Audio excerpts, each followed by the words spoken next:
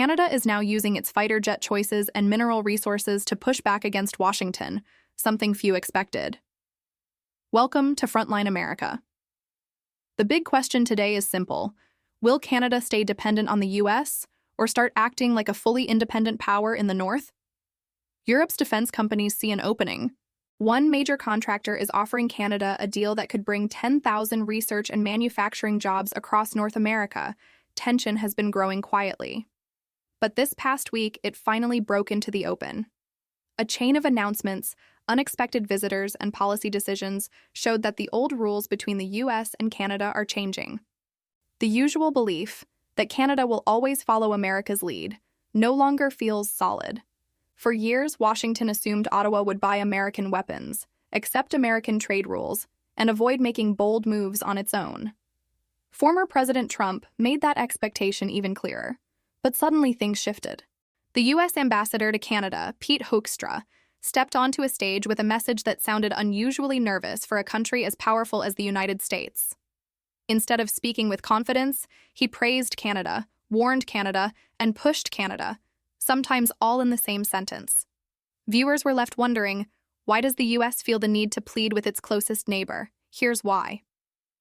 In 1 week, Canada questioned its F-35 deal, showed strong interest in Sweden's Gripen jet, pushed back against American tariffs, and began looking more seriously at trade with Asia and global mineral partners. For the first time in a long time, Washington looked worried. Canada's review of the F-35 contract wasn't routine. Ottawa demanded proof that the program truly benefits Canadian workers and industry. Because Canada plays a major role in the F-35 supply chain, even a hint of doubt caused concern in the U.S. defense world. Then Sweden raised the stakes. A high-level delegation, royalty included, landed in Canada and made a direct pitch. The offer: build Gripen jets in Canada and create 10,000 jobs. More importantly, the Gripen gives Canada full control over its fleet without needing U.S. approval for upgrades or missions. When Canadian officials called the proposal very interesting, alarms went off in Washington. Soon after, Lockheed Martin issued a rare public warning saying that reducing Canada's F-35 order would mean fewer industrial opportunities. When a major defense company speaks out like that, it signals real concern. The U.S. government noticed the shift too. The Pentagon noticed, White House advisors noticed, even Trump's team noticed. The situation became serious enough that Washington sent Ambassador Hoekstra to calm things down. On stage, Hoekstra stressed how valuable Canada's role is in the F-35 program. He tried to make the aircraft sound international rather than American, clearly trying to ease Canada's frustrations. At one point, he joked that he hoped Canada liked the U.S. more than China, but the line fell flat and exposed real anxiety inside Washington. Then the tone changed. Hoekstra warned that tariffs would be applied and urged Canada to aim for the lowest possible tariff category. It sounded more like pressure than partnership. He even blamed an Ontario political ad for harming US-Canada trade relations. What became clear was this: the US is now using pressure because persuasion isn't working anymore. And the reason persuasion isn't enough is simple. Canada has options.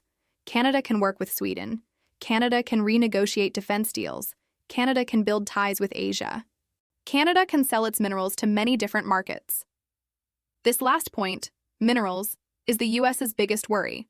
Critical minerals are the foundation of clean energy, advanced batteries, satellites, missile systems, and the next generation of military and aerospace technologies. China currently dominates global mineral processing and sees huge value in Canada's clean, stable mineral supply. For decades, Washington assumed Canadian minerals would flow straight into American factories. That assumption is no longer safe. If Canada diversifies its mineral partnerships, the impact on U.S. industry could be massive. Hoekstra's earlier joke about liking the U.S. more than China wasn't a joke. It revealed the deepest fear inside Washington. Canada's minerals give it leverage. This week marked a turning point. Ottawa challenged the F-35 program, welcomed Sweden's Gripen offer, pushed back against tariffs, and expanded global conversations. These are not the moves of a country staying in someone else's shadow. These are the moves of a country recognizing its own power. Many nations are paying attention. They see Canada as a leader in minerals, clean energy, aerospace, and advanced manufacturing. They see a country ready to shape global policy rather than follow it. Whether Canada chooses the F-35, the Gripen, or a mix of both, the larger story is already clear. Canada is stepping into a stronger, more independent role on the world stage. The balance of power in North America is shifting, and Canada is now guiding part of that shift. Before you go, what direction do you think Canada should take? Should it keep expanding its options or commit to one path? Will this strengthen North American unity or spark new competition? If this breakdown helped make a complex moment clearer, consider subscribing and sharing your thoughts below. See you in the next one.